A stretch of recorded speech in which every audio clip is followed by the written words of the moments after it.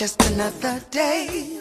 Let's move on. Let's talk about health, because we had a conversation and you really hit it so the nail on the head with that the conversation that we had in terms of health and diabetes. And tell us a little bit about what happened in the lab and how we saw Angie, who was a heavier Angie, and now we see Angie so small, but people just assumed diet. Talk a little bit about Celebrity Fit Club that you were on season you know, when I joined Celebrity Fit Club, I had hit a mark in my life where I was over 200 pounds, something I was not proud of, but at the same time, I had hidden the very secret that caused me to get to that weight. Working for a very prestigious hospital, which serves as a school as well, I worked in a lab quite a few years ago, and there was a chemical spill that spilled a germ that made sarcoidosis airborne in the space that I was in. And being trapped in a room with no windows, I was exposed to the germ. I was asked when I went to the doctor, had I ever been to Africa? And at the time, I'd never been to Africa because there was a germ that was exposed that actually came from a tree sap. And that disease happened to be sarcoidosis, which a lot of people are, you know, coming up to date with, but it wasn't hereditary. No one in my family had it. And my eyes were being strained, and it was after that chemical spill that I went to the doctor over and over and over, being constantly mistreated for, at my young age, for arthritis and every other thing that would cause my joints to swell and ache.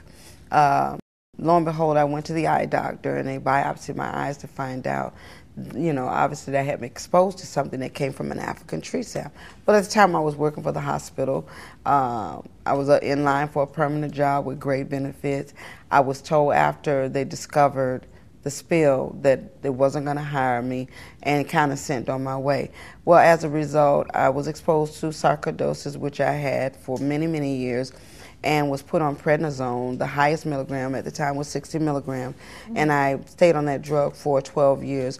I gained 40 pounds in 1 month, and I became overweight, and I could not exercise. I could not go to the gym and lose the weight because the pill only makes you bigger. The prednisone, made you bigger. Also, having diabetes that was induced by prednisone. And I was right at the pinnacle of my career, starting off with the group vertical hold. I was a beautiful size 11 before the exposure to the prednisone. As a result, the world saw me as an obese woman, and I had to wear that. But, you know, God doesn't do anything without a plan A, a plan B, or a plan C. So I was a trial and an error for me to go through and to come through. And as a result, I was treated for sarcoidosis, taking those prednisone pills for years, which still affected my life because now I'm a diabetic. And being a diabetic, you can retain a lot of fluid. So that brought about high blood pressure as well. So an African American, so to speak, disease. However, I'm back down to my size because God removed it from my body completely. And as I heard that Bernie Mac's manager contacted me because I think Bernie Mac knew of me and following Angie Stone. And before his passing away, I was told that he was very, very interested in doing some work with Angie Stone. And as a result, I'd like to champion Bernie Mac, who actually succumbed to the disease. But I am here to say that I have not had a trace of sarcoidosis in over 10 years at this point. So I'm very happy that God healed my body. But Absolutely. It's been a struggle because for many years I was not able to tell the world this was an issue because I was with the label Clive Davis and J Records, who really believed in the skinny on the skinny. And do I think it hurt my career? Absolutely, because I think a lot of people saw me as a big girl that had a fly guy that walked this walk and like, how does she do that and why did it happen for her? But that was one of the reasons I kept the secret, because I did not want anybody to know of my health issues.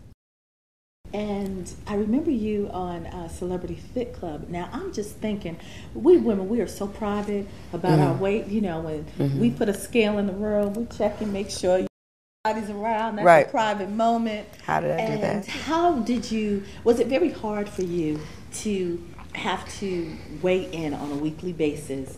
And, you know, Harvey being the way Harvey was on the show, and, you know, it's already hard to lose weight, of course, and then just have that just all over millions of people watching it.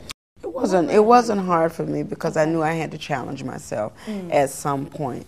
The prednisone was gone away, and now was no excuse to still have the weight on. So I had to work to lose the weight. In order to do that, Celebrity Fit Club was my biggest self-challenge, and it was like, okay, you get before the world, you show them your dirty laundry, now you gotta do something about it. So that was the way that I positioned that, and as you can see, it worked. Yes, it did, and congratulations too, Thank because you. you are still listed as, what, the second, you lost 18 pounds.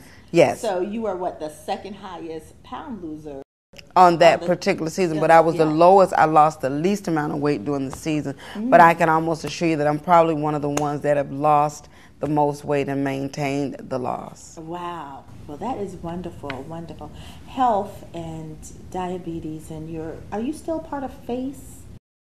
I'm actually no longer on the campaign, but I did the campaign for 3 years. It was Fearless African Americans Connected and Empowered. So you're getting plugged even under this guy's. Anthony Anderson is now one of the spokespersons for the organization, but I had a great run going from community to community, really talking about Eli Lilly and Company and how they're giving away all of this stuff for us. And I still champion all of my neighborhoods, all of my people to find out about this disease. And you can go to face-diabetes.com. I'm sure they're still listed under that. But it's Fearless African Americans Connected and Empowered. It's one of the most positive things I've done with my career. It's just making people aware of it. You can make it. Do what you gotta do, baby.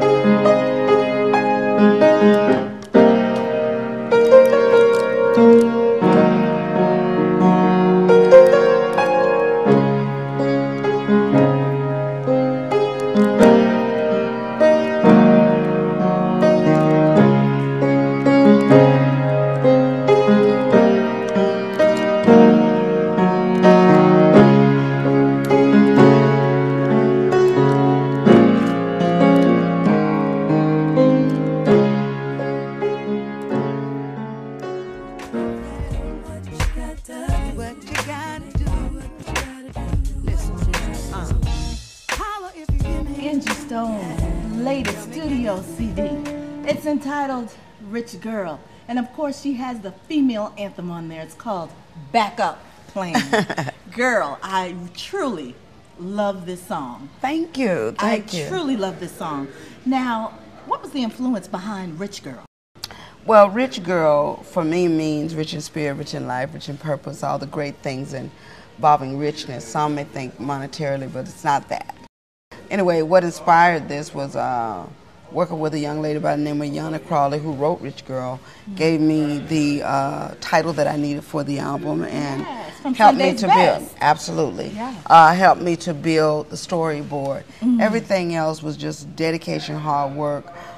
Is what I do. It's what I've always done, and the inspiration comes from the people, my fans, as well as my own situation. So, one of them good moments. It's definitely a female anthem. And do you have a favorite song on the CD?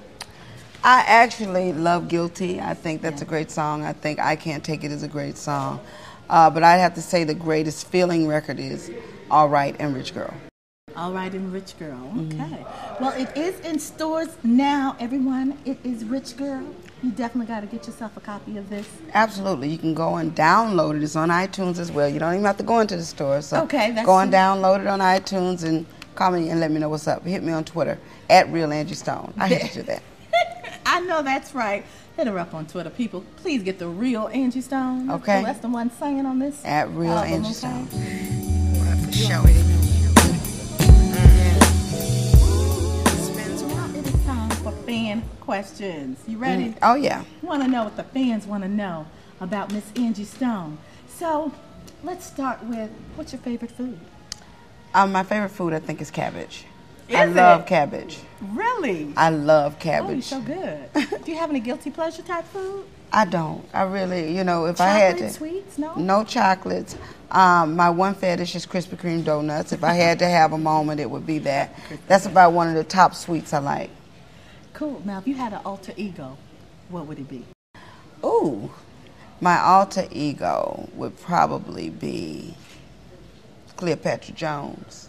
And why? Well, because I love what she said. I'm not tall, so I really want to make myself look tall, lean, and just fierce. But when you're talking alter ego, I'm probably a librarian.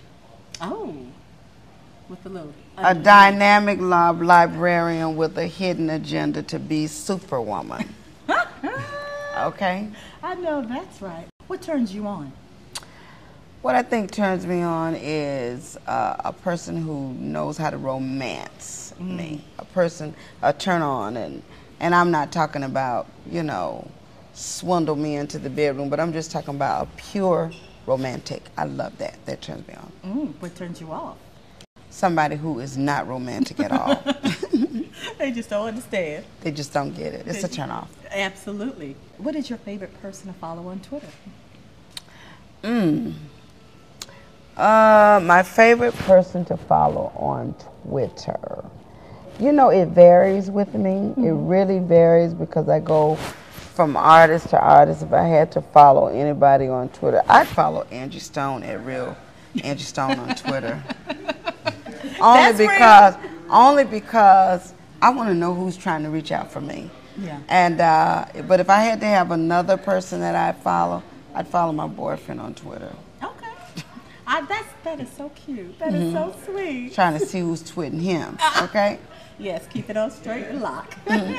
What is your favorite thing to splurge on? Oh my God, I am a shopaholic. My favorite thing to splurge on is shoes and bags. Shoes and bags. Yes. Yes. What's your favorite TV show? My favorite TV show is Lifetime Movie Network. Anything on there is good to me. I'm a Lifetime girl. Is sex better now or before?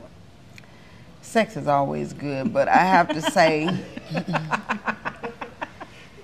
it all depends on the mood I'm in. Sometimes, you know, lately sex been kind of good. I can say. So what's your freak number? From 1 to 10? Oh, 10. I'm a 10. If I had to go there, you know, sometimes you feel like it and sometimes you don't. Who's your celebrity crush? Oh, you don't want that. You don't want to know that. Uh-oh. That can get me in trouble. So I'm going to just keep it in the car in the lane. Scared somebody, the wrong person might see this interview, but I do have a celebrity crush. Oh. But we're going to keep it on lock. Keep it on lock. Okay, we're going to keep that on lock. Well, really, that's it for all of the all of the fan questions. I want to thank you so much for hanging out with me on Behind the Mic Live. It's been an absolute pleasure. Thank you for having me. It's been fun. I can't wait until we can chop it up as girlfriends, And you know. shop for some That's shoes right. and That's some right. bags. And, That's right. And I got to get that polish you got on them toes. I know.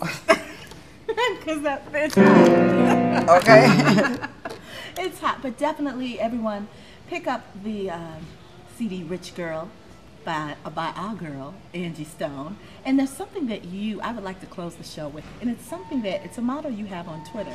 Do you remember that? I love it. Stop putting a question mark where God Yes, is put there you period. go. So this is Angie Stone, everyone. We're going to leave you with this motto by Angie Stone. Stop putting a question mark where God has put a period. There you go. Stop putting a question mark where God has put a period. I want to thank you so much for hanging out with us on Behind the Mic Live. My girl, Angie Stone, I mean, she's a true BF. We have solidified this. And this is the CD. It's called Rich Girl. It's on iTunes, and it's in a store near you. Make sure you pick it up. We'll see you next time. Every woman's got a backup plan. If you ever start acting crazy, you know if there's a maybe. Every woman's got a backup plan.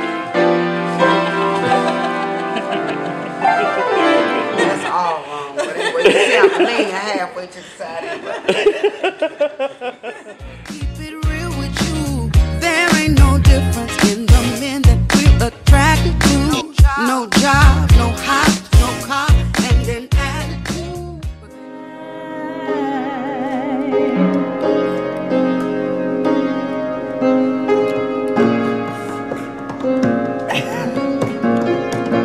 You see, I left you there behind the line. Y'all heard it first. You hear us singing over here, right? Okay, then I got you. Hey, Got you. throw me in there somewhere. Okay, just a blitz. A bit. This your note. Right. Tell me, yeah. We're behind the lane. You can